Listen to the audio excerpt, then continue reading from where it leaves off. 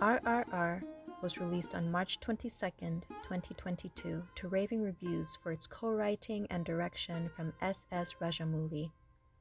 A tale of two young men fighting for the freedom of their people from an unjust imperial power in 1920s India.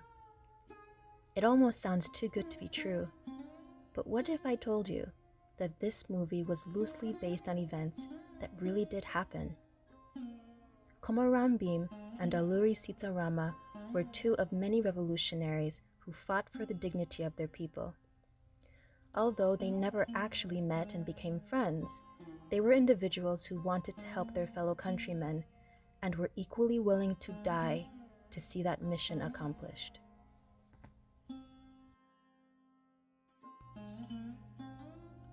By the 1920s, the Indian subcontinent had endured over 160 years of British rule, first by the English East India Company from 1757 to 1858, and lastly, the British Empire from 1858 to 1947.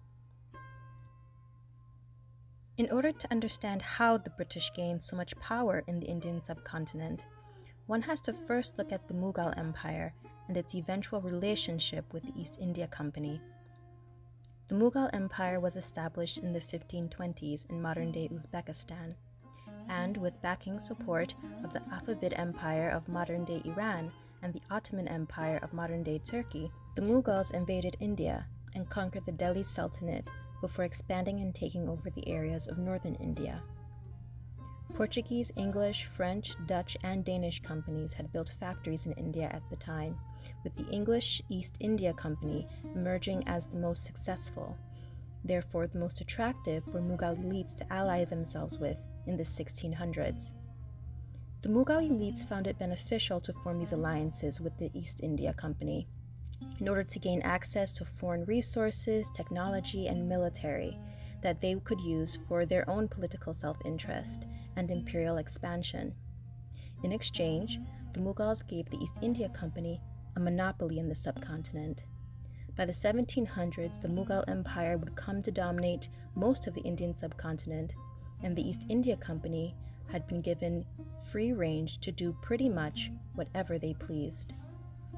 The consequences of this decision would lead to India going from being a possession of the Mughal Empire to becoming a possession of the British Empire by the 1800s.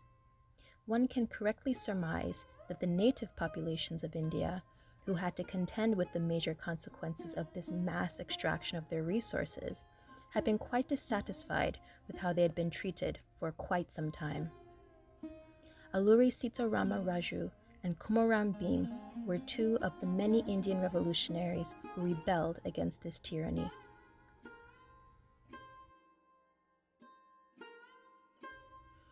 Alluri Rama Raju, who was played by Ram Charan, was born in the late 1890s in the Madras province of British India. His father, Venkata Rama Raju, didn't believe in saluting the British as superiors, and taught his son to adhere to these values of self-respect as well.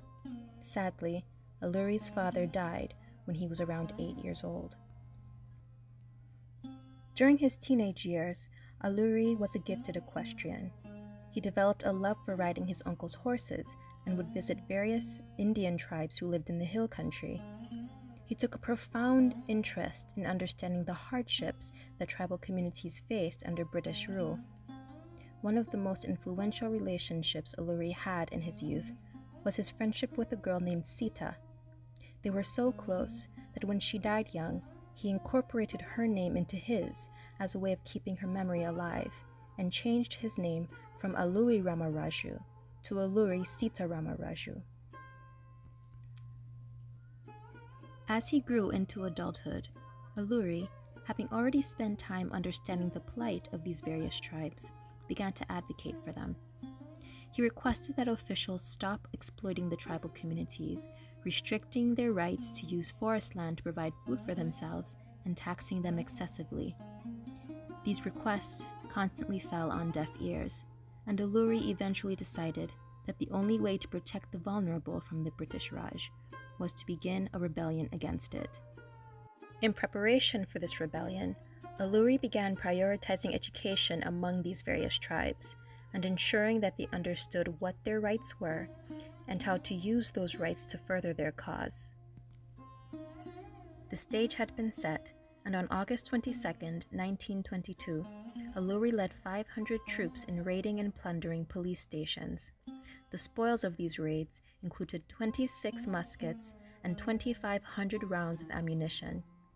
Whenever they were in combat with combined British and Indian forces, Raju instructed his troops to only attack the British and to leave the Indians alive. Almost 2 years into the rebellion, Alluri had been captured in the Chintapel forest by British troops, tied to a tree, and executed on May 7, 1924. He was 26 years old.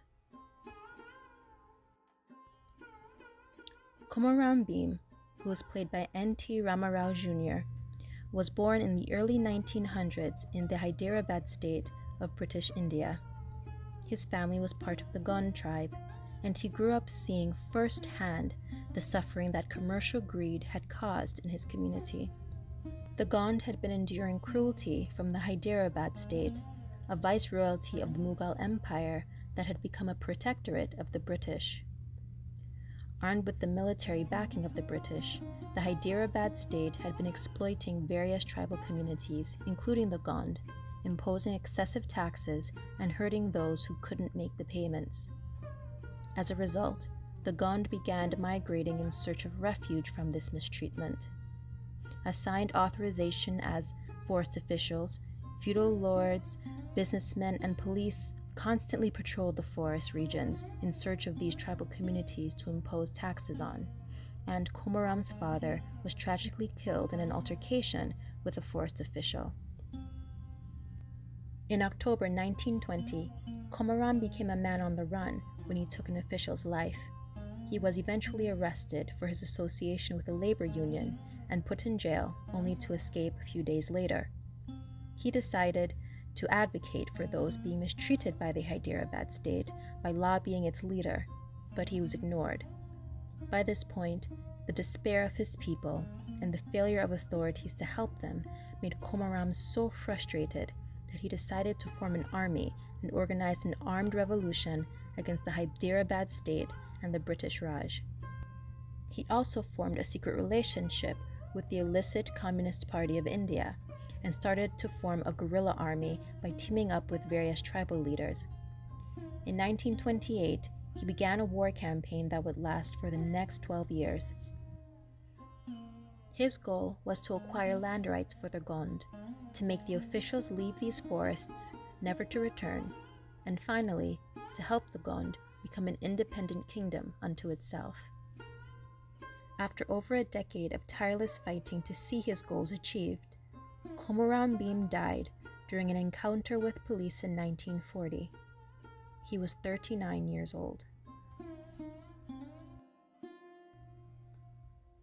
Whether one agrees with the course of action Alluri and Khomaram took as revolutionaries or not, when we take time to think about the magnitude of India's suffering over the 172 years of British presence in the subcontinent, we grow to have compassion for why these men wanted to fight back. They wanted to see their people free from the pain they were enduring, so much so that they were willing to die to see that happen. In 1947, India won its independence and emerged onto the world stage as a republic in 1950. However, this was probably a slightly bittersweet victory, because so much damage had already been done at that point. For example, by the time the British Raj had come to an end, over 60 million Indians had died from famine that, although was a common part of India's ecosystem, had become overly frequent as a result of Britain's agricultural policies that put Indians to work producing food and extracted excessive amounts of that food for the empire's benefit, while leaving the Indians with little to nothing left to sustain themselves, resulting in needless starvation. I think anyone would be tempted to get up and fight to protect something as dear as their family and community if placed in such a difficult situation. And obviously, these men were courageous and steadfast, and their resolve was so impactful that they inspired what I think will be remembered as one of the best movies of this decade. So, have you seen RRR? Did you enjoy it? And what do you think of the real figures behind the story? Let me know your thoughts in the comments below, and I'll see you next time.